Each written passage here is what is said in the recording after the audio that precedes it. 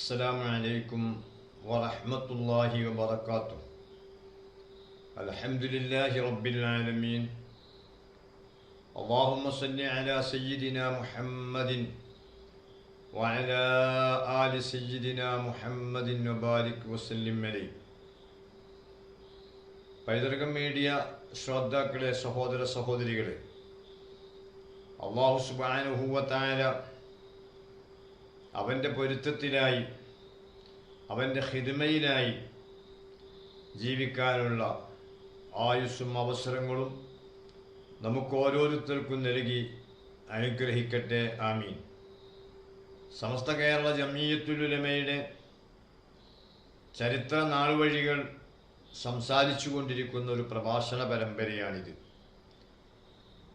100ാം വാർഷികത്തോടനുബന്ധമായിട്ടാണ് പൈതൃകം മീഡിയ സമസ്തയുടെ ചരിത്ര നാൾവഴികളിൽ നിന്ന് നമുക്കറിയാവുന്ന കാര്യങ്ങൾ പറഞ്ഞു വരുന്നത്.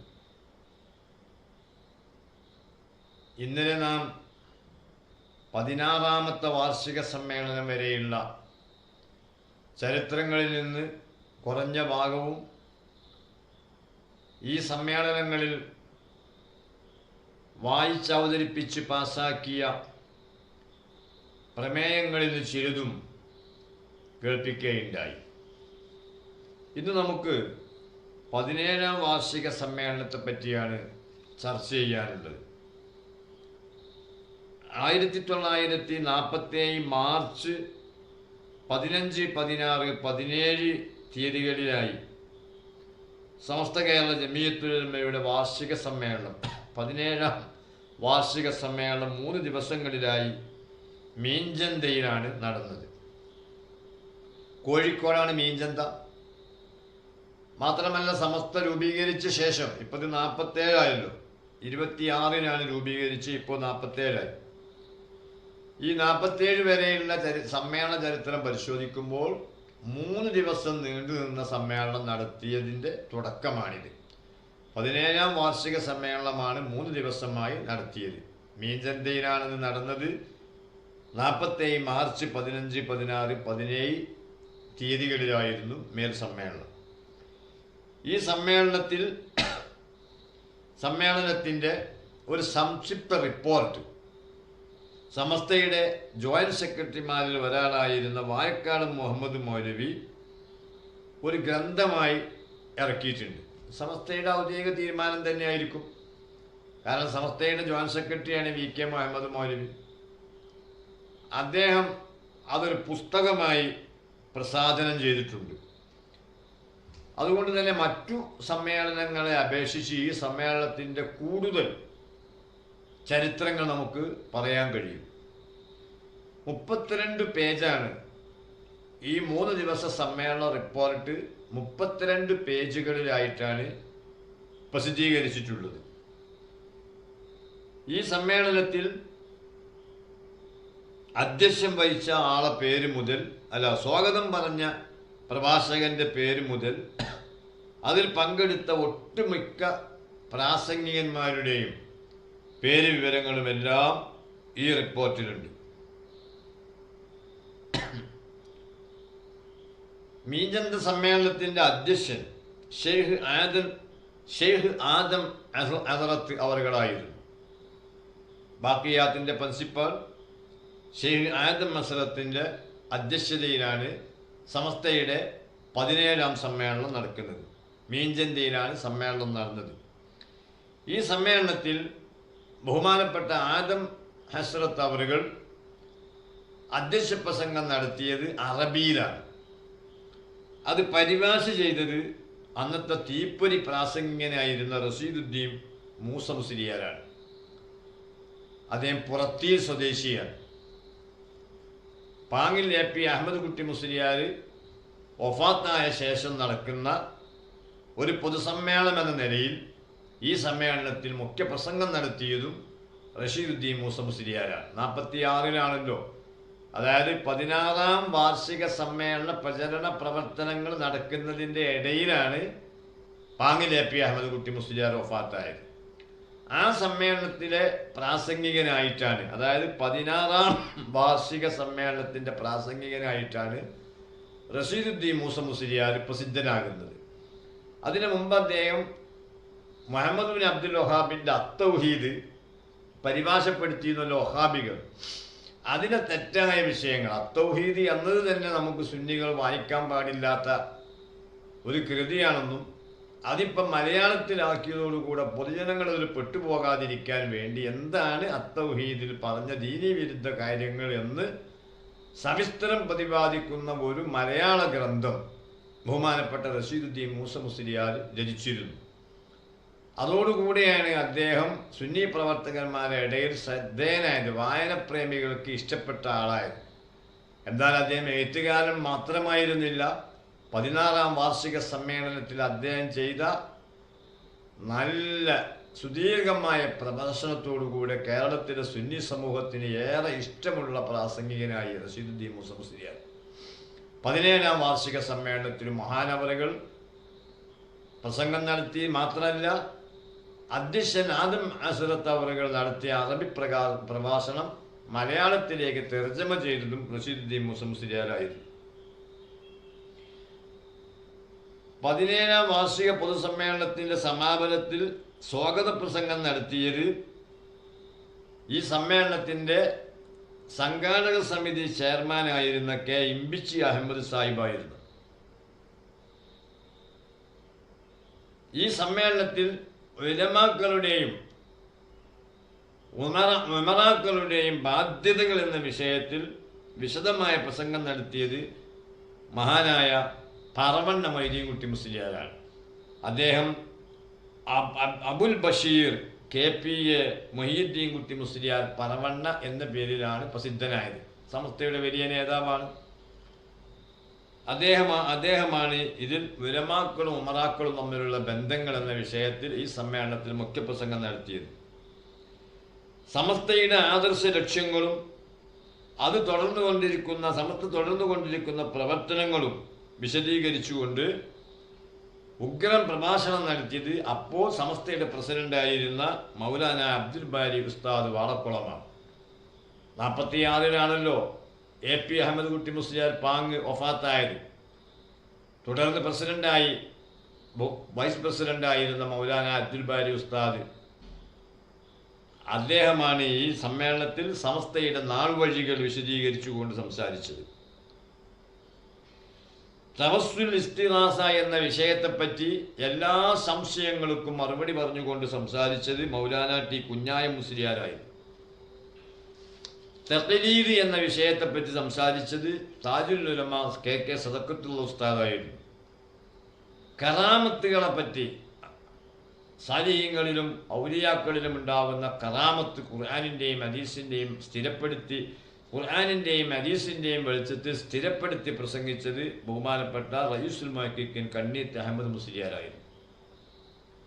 9 പ്രമേയങ്ങളാണ് 17ാം വാർഷിക സമ്മേളനത്തിൽ അവതരിപ്പിച്ചത്. 1ാമത്തെ പ്രമേയം, അത് തന്നെയാണ് ഇതിലെ പ്രധാനപ്പെട്ടതും, ജുമുഅ ഖുതുബയിൽ അറബി അല്ലാത്ത ഭാഷ പ്രയോഗിക്കുന്നത് നല്ലതല്ല.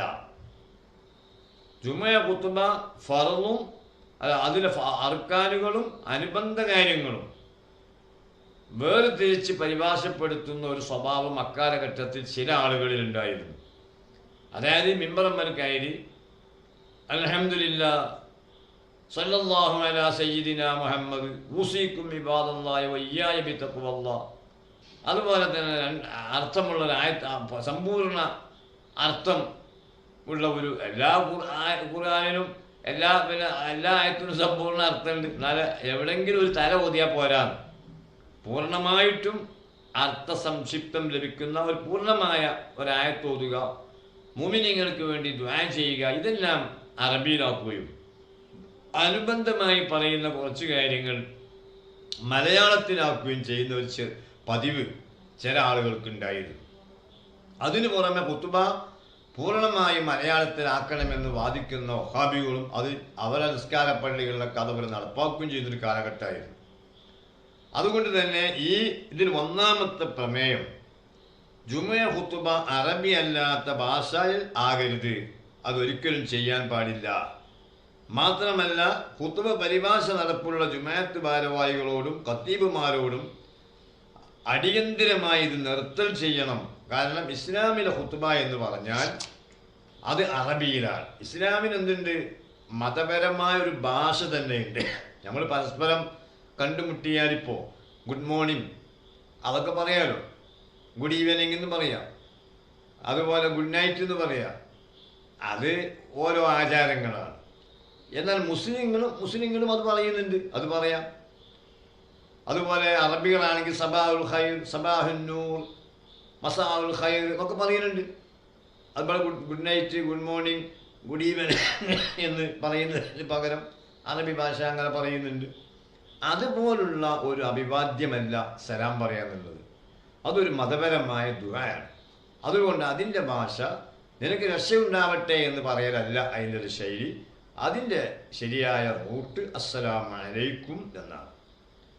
അസ്സലാമു അലൈക്കും വറഹ്മത്തുള്ളാഹ് എന്ന് പറഞ്ഞാൽ അത് കേട്ടവന് മടക്കൽ നിർബന്ധമാണ്. വഅലൈക്കും അസ്സലാം വറഹ്മത്തുള്ളാഹി വബറകാതുഹു എന്ന് കൂട്ടി പറയലും നല്ലതാണ്. അപ്പോൾ അതിനൊരു ഭാഷയുണ്ട്. അതുപോലെ ഫാത്തിഹ അത് അറബിയിലായിരിക്കണം, അത്തഹിയ്യാത്ത് അറബിയിലായിരിക്കണം, സ്വലാത്ത് അറബിയിലായിരിക്കണം, ഫാത്തിഹ അറബിയിലായിരിക്കണം. അപ്പോൾ അതുപോലെ തന്നെ മുസ്ലിങ്ങൾക്ക് ഖുതുബക്കൊരു ഭാഷയുണ്ട്, അത് അറബിയിലാണ്. എന്നാൽ നബി സല്ലല്ലാഹു അലൈഹി വസല്ലമ ഒറ്റ അറബികളുമില്ലാത്ത കാലഘട്ടത്തിലാണ് അറബി മാത്രം അറിയുന്ന സഹാബത്തിനെ ഇങ്ങോട്ട് അയച്ചത്. അവരിൽ ആകൃഷ്ടരായി ഇവിടെ പലരും മുസ്ലിങ്ങളായപ്പോൾ പള്ളി വന്നു, പള്ളിയിൽ ജുമുഅ നടന്നു, ജുമുഅയിൽ ഖുതുബ നിർവഹിച്ചു. ആ ഖുതുബ അറബിയിലാണ്. കാരണം മതപരമായ ഒരു വിഷയം, അതിനൊരു ഭാഷയുണ്ട്, അത് അറബിയാണ്. അതുകൊണ്ട് തന്നെ ചില വിവരക്കമ്മികൾ ചിലർ അർക്കാനുകൾ മാത്രം എന്ന് പറഞ്ഞ് അറബി പറയുകയും മറ്റ് ഇടയിലുള്ള കാര്യങ്ങൾ മലയാളത്തിൽ പറയുകയും ഖുതുബ എന്ന് പറഞ്ഞുകൊണ്ട് മിമ്പറമ്മൽ കയറി നെടുനീളം പ്രസംഗം നടത്തുകയും ചെയ്യുന്ന ഒരു സ്വഭാവം അന്ന് തുടങ്ങുകയാണ്. അതുകൊണ്ട് തന്നെ സമസ്ത കേരള ജമിയത്തുൽ ഉലമ ആദ്യമായി 17ാം വാർഷികത്തിൽ ആദ്യമായി അവതരിപ്പിച്ച് പാസാക്കിയ പ്രമേയം ജുമുഅ ഖുതുബയിൽ അറബിയല്ലാത്ത ഭാഷ ഉപയോഗിക്കരുത്. അതുകൊണ്ട് തന്നെ അത്തരം നടപടികൾ അഥവാ അറബിയല്ലാത്ത ഭാഷയിൽ ഖുതുബ ഓതുന്ന ഏതെങ്കിലും സ്ഥലമുണ്ടെങ്കിൽ അത്തരം പള്ളി കമ്മിറ്റിക്കാർ അതിൽ നിന്ന് പിന്തിരിയണം. അതിന് നേതൃത്വം നൽകുന്ന ഖത്തീബുമാരും അതിൽ നിന്ന് പിന്തിരിയണം. അതൊക്കെ പക്കാ വഹാബിസമാണ്. യഥാർത്ഥ ദീനിൻ്റെ അടിസ്ഥാന തത്വമായ അറബിയിലേക്ക് മടങ്ങണം എന്നതാണ് ഒന്നാമത്തെ പ്രമേയം. ഈ പ്രമേയം അവതരിപ്പിച്ചുകൊണ്ട് ബഹുമാനപ്പെട്ട ഖുതുബി ശംസുൽ ഉലമ ഖുതുബി മുഹമ്മദ് മുസ്ലിയാരുടെ പ്രഖ്യാപനം മഹാനവറാണ് പ്രഖ്യാപിച്ചത്. ആ പ്രഖ്യാപനം സദസ്സ് തക്ബീറോടുകൂടെ ഏറ്റെടുക്കുകയും അതോടുകൂടെ തന്നെ വഹാബികളല്ലാത്ത ഏതെങ്കിലുമൊക്കെ ആളുകൾ വിവരക്കുറവ് കാണുണ്ടോ അല്ലെങ്കിൽ എന്തെങ്കിലും ഒരു അനുബന്ധ കാര്യങ്ങൾ മലയാളത്തിൽ പറയാൻ നിരക്കുകയോ അങ്ങനെ ചെയ്തു പോന്നിട്ടുണ്ടെങ്കിൽ അവരെല്ലാം അതിൽ നിന്ന് പിന്മാറുകയും ചെയ്തു. അന്നൊരു സ്ഥിതി അങ്ങനെയാണ്.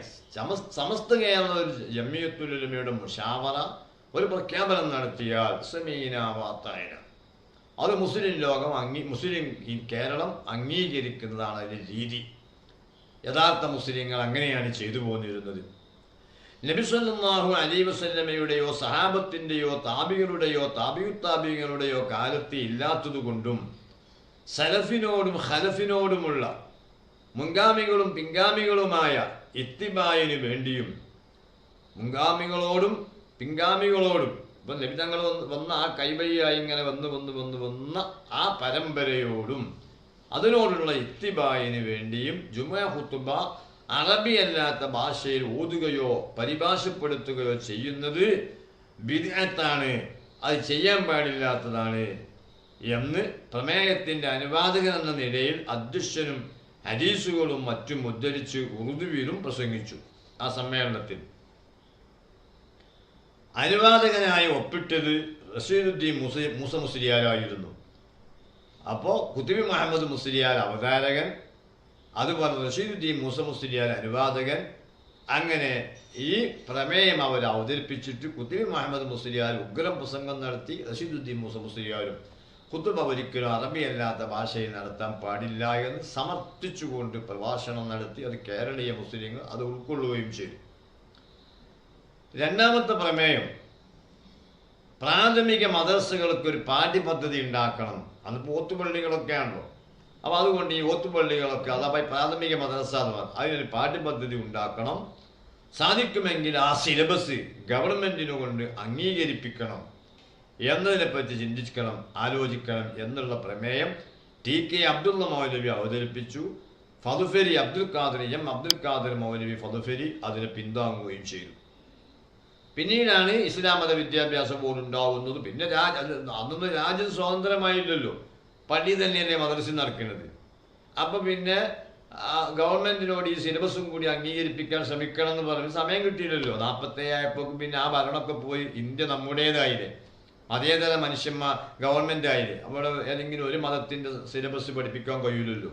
അപ്പോൾ സമസ്ത കേരള ജമിയത്തുൽ ഉലമ ഗവൺമെൻറ്റിനോട് പിന്നെ അംഗീകരിപ്പിക്കുക എന്നുള്ളതിൽ നിന്ന് മാറിയിട്ട് സ്വന്തം ഉത്തരവാദിത്വത്തിൽ പിന്നീട് അത് 40 ആയി 50 അത് നമുക്ക് ചരിത്രത്തിൽ വായിക്കാൻ പറ്റും. 50-ൻ്റെയൊക്കെ ശേഷം മദ്രസ വ്യവസ്ഥാപിതമാക്കുകയാണ് ചെയ്തത്. ഏതായാലും രണ്ടാമത്തെ പ്രമേയം ഇതായിരുന്നു, മദ്രസകൾക്കൊക്കെ ഒരു സിലബസ് വേണം, അത് സാധിക്കുമെങ്കിൽ ഗവൺമെൻറ്റിനോട് അംഗീകരിപ്പിക്കണം.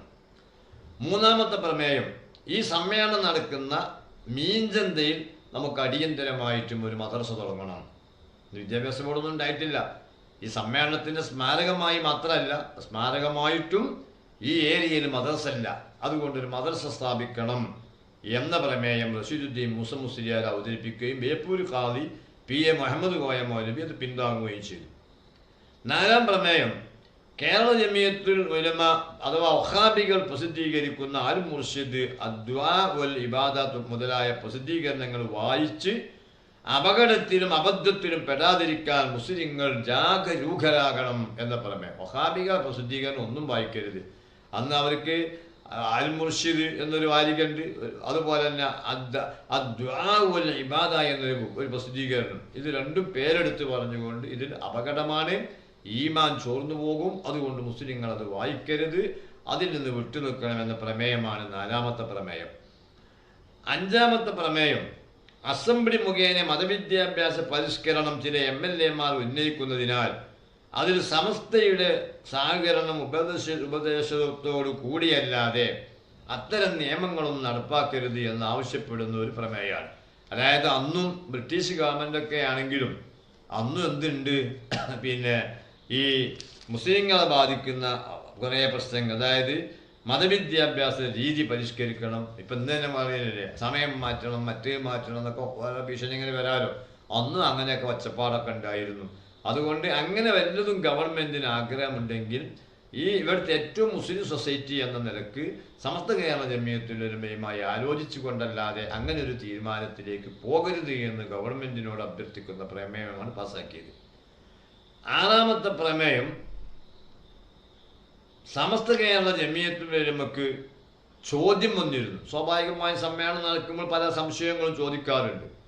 ആ ചോദ്യങ്ങൾക്ക് മറുപടി തയ്യാറാക്കാൻ ബഹുമാനപ്പെട്ട സമസ്തയുടെ അന്നത്തെ പ്രസിഡന്റ് അബ്ദുൽ ബാരി ഉസ്താദിനെയും വൈസ് പ്രസിഡന്റുമാരായ കുഞ്ഞായൻ മുസ്ലിയാർ, KK സദഖത്തുള്ള മൗലവി, കണ്ണിയത്ത് അഹമ്മദ് മുസ്ലിയാർ, അയനിക്കാട് ഇബ്രാഹിം മുസ്ലിയാർ എന്നിവരെ അധികാരപ്പെടുത്തി. ഏഴാമത്തെ പ്രമേയം, സമസ്തക്ക് ഒരു പ്രസ് വാങ്ങാനും അതിനുവേണ്ടിയുള്ള പണം കണ്ടെത്താനും നാലംഗ കമ്മിറ്റിയെ ചുമതലപ്പെടുത്തുന്ന പ്രമേയമായിരുന്നു. അതിനാരൊക്കെയാണ് നാലംഗ സമിതി? ഒന്ന് സമസ്തയുടെ അന്നത്തെ സെക്രട്ടറി, അത് നമ്മളെ PV മുഹമ്മദ് മുസ്ലിയാർ വഫാത്തായി. പ്രസിഡന്റ് പിന്നെ പാങ്ങൽ AP അഹമ്മദ് കുട്ടി മുസ്ലിയാർ വഫാത്തായി. അപ്പം അതിന് പകരം വന്നത് പ്രസിഡൻ്റായിട്ട് അബ്ദുൽ ബാരി ഉസ്താദും സെക്രട്ടറി ആയിട്ട് പറവണ്ണ മൈദീൻകുട്ടി മുസ്ലിയാരാണ് വന്നത്. അതുകൊണ്ട് പറവണ്ണ മൈദീൻകുട്ടി മുസ്ലിയാരെയും പ്രസിഡന്റ് അബ്ദുൽ ബാരി ഉസ്താദിനെയും അതുപോലെ റഷീദുദ്ദീൻ മൂസ മുസ്ലിയാരെയും PP മുഹമ്മദ് കോയ അഥവാ ബേപ്പൂർ ഖാദി എന്നിവരെയും ചുമതലപ്പെടുത്തി. അതാണ് നാലംഗ സമിതി. നമുക്കൊരു പ്രസ് സ്വന്തമായി വാങ്ങണം, അപ്പം അതിന് പണം വേണ്ടേ, അത് നിങ്ങൾ 4 ആൾ കണ്ടെത്തണം. അങ്ങനെ അവരെ അധികാരപ്പെടുത്തുന്ന പ്രമേയമാണ് ഏഴാമത്തെ പ്രമേയം.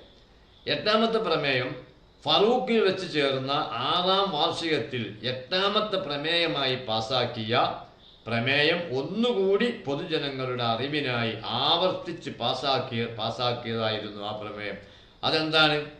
അത് ഈ മുബത്തദീങ്ങളുമായുള്ള ബന്ധവിച്ഛേദനമായിരുന്നു. നമ്മളന്ന് വിശദമായത് വിശദീകരിച്ചിട്ടുണ്ട്. മുബത്തദീങ്ങളെ പ്രസിദ്ധീകരണം ഇവിടെ വായിക്കരുത്, അൽ മുർഷിദും അദ്ദുആ വൽ ഇബാദയും വായിക്കരുത് എന്ന് പ്രമേയം പാസാക്കിയതുപോലെ തന്നെ 6-ാം വാർഷിക സമ്മേളനം ഫറൂഖിൽ ചേർന്നപ്പോൾ ബിദ്അത്തിൻ്റെ കക്ഷികൾക്കെതിരെയുള്ള ബന്ധവിച്ഛേദനം ഉച്ചസ്ഥലം പ്രഖ്യാപിച്ചു. ആ പ്രമേയം ഒന്നുകൂടെ ആവർത്തിച്ചു ഇവിടെ അവതരിപ്പിച്ചു.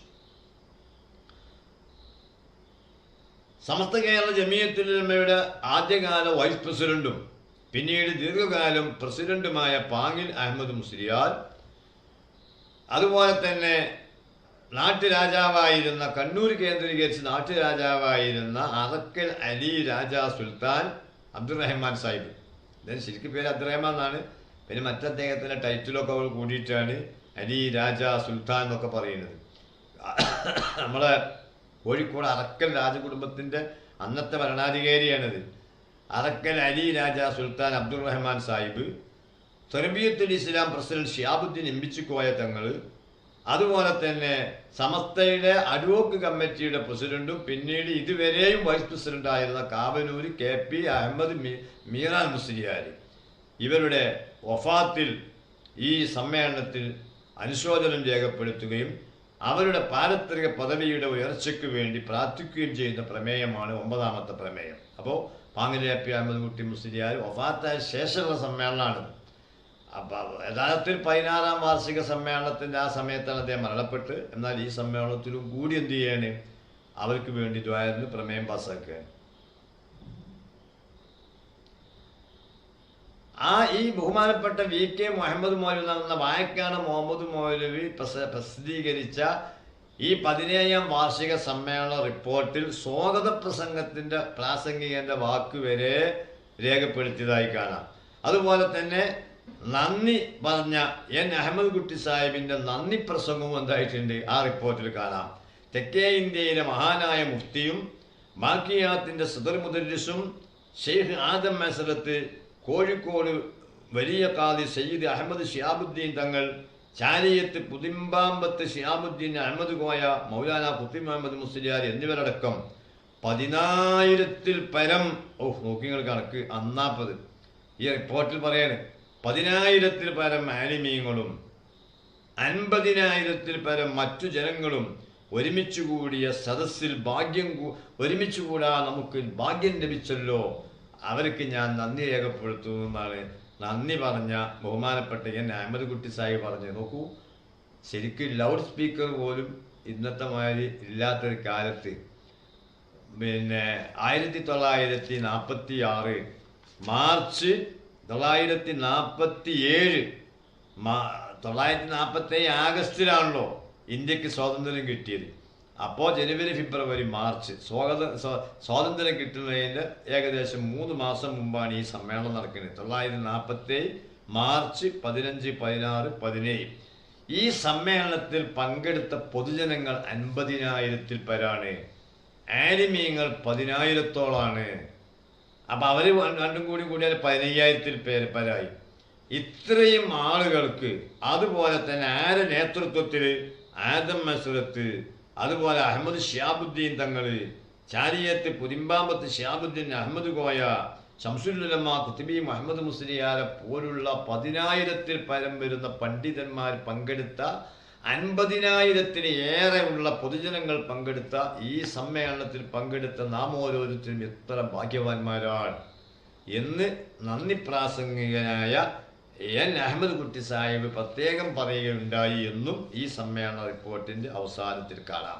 ചുരുക്കത്തിൽ നിങ്ങൾ നോക്കൂ, 17-ാം വാർഷിക സമ്മേളനത്തിൻ്റെ റിപ്പോർട്ട് 32 പേജുകളിലായി ഏകദേശം സമ്പൂർണമായി തന്നെ സമസ്തയുടെ അന്നത്തെ ജോയിന്റ് സെക്രട്ടറി ആയിരുന്ന വായക്കാട് മുഹമ്മദ് മൗലവി എന്ന VK മുഹമ്മദ് മൗലവി അത് രചിച്ച് പ്രസിദ്ധീകരിച്ചത് അത് സമസ്തൻ്റെ ചരിത്രമായിട്ട് ഇന്നും കിടപ്പുണ്ട്.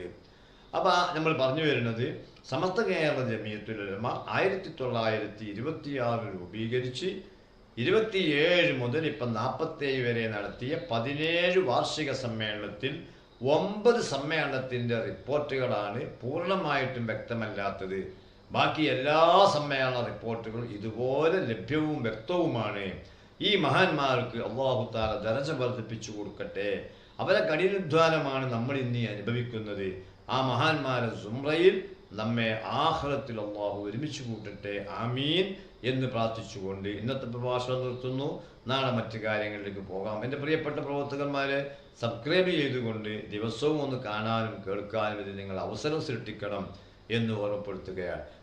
ഒരു ചരിത്രങ്ങളിൽ നമുക്കറിയാവുന്ന കാര്യം പറയുമ്പോൾ നമുക്കതൊന്ന് കേൾക്കുക, അതിലെന്തെങ്കിലും സംശയമുണ്ടെങ്കിൽ ചോദിക്കുക.